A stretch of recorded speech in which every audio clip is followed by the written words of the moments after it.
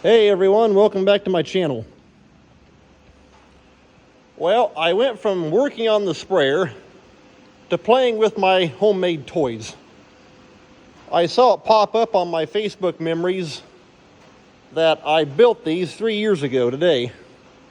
Well, take that back. I built the first one. And then I think it was the summer of 2019, I built the second one.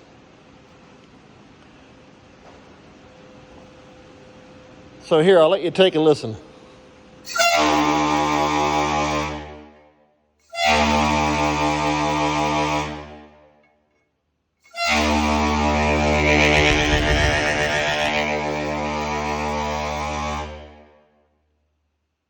Okay, well, hopefully you could hear that. I wouldn't be surprised. My phone probably kind of dialed the sound down on the microphone. I'm guessing anyway. But I can take and add different lengths of pipe in here, and when I do that, oh, it'll really drop the pitch down. I just built a simple manifold. That way it can actually control both horns. So I got one line coming in, 2 lines going out to feed the horns.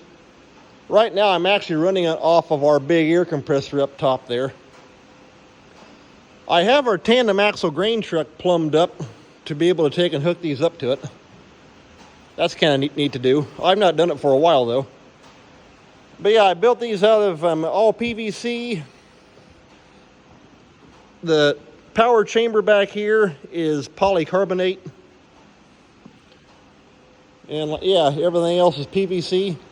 A lot of guys I saw on YouTube, they all take, let's see here, I'm trying to remember. I think that is from 4 down to, well, you know what? I'm not sure. Let me grab my tape measure and take a look.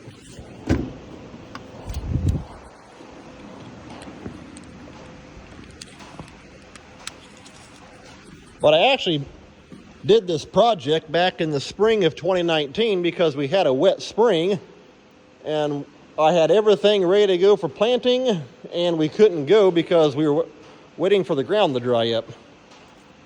And so I got bored and went to work. Okay, yeah, 4.5, and that's dropping down to, looks like about, well, 3.5 to 4 roughly. And then it's got that bushing right there coming out on the end. Anyway, this is the next size bigger than what I see most guys do. This here is 2-inch PVC, and I see a lot of guys actually make them out of 1-inch. And so I figure, well, bigger the better. On this end, just to make a simple, quick bell flare, I just took a couple little small buckets. Took a hole saw, chopped a hole in the bottom, took a couple of hose clamps, kind of hold them on down there. And yeah, you'd be surprised that bucket actually really projects the sound out. And the horns are actually both identical. The main part of the horn tube, if I remember right, is 2 feet. Let me grab my tape measure here and double check. Yeah, 2 feet from that joint down into that diaphragm. And like I say, I can add different lengths of pipe in here and it'll change the pitch dramatically. I do know,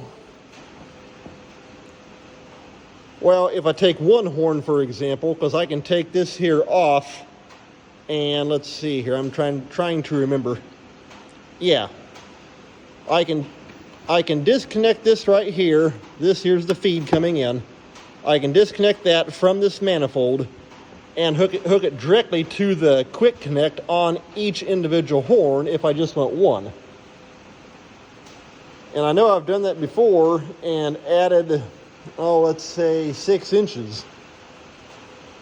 And oh, you'd be surprised that the pitch of the horn goes way down. I mean, they're really deep right now. When I was honking on it right there, I got my earplugs in because it's so loud.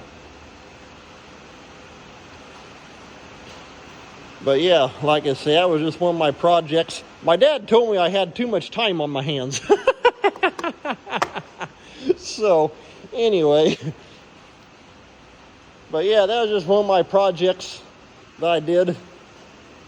And so someday I would actually like to build a K5 LA train horn. Now that'd be pretty neat. So who knows, maybe I'll do that here someday. Right now though, it seems like over the past couple years, instead of doing projects like this, I've actually gotten back into working on old antique tractors right there. So of course got my old WD, and you've seen videos on that WD-45. I actually took that, my dad and I took that back to my cousin yesterday. And then here in time, I'm going to be doing some videos. Well, it won't be until this summer sometime when I get more time, on my old 1959 Alice Chalmers D17. But yeah, these here are just some of the other things I like doing. I don't know, I like doing oddball stuff like this. So anyway, but yeah, that's my big ship horns. So take care. Have a great day.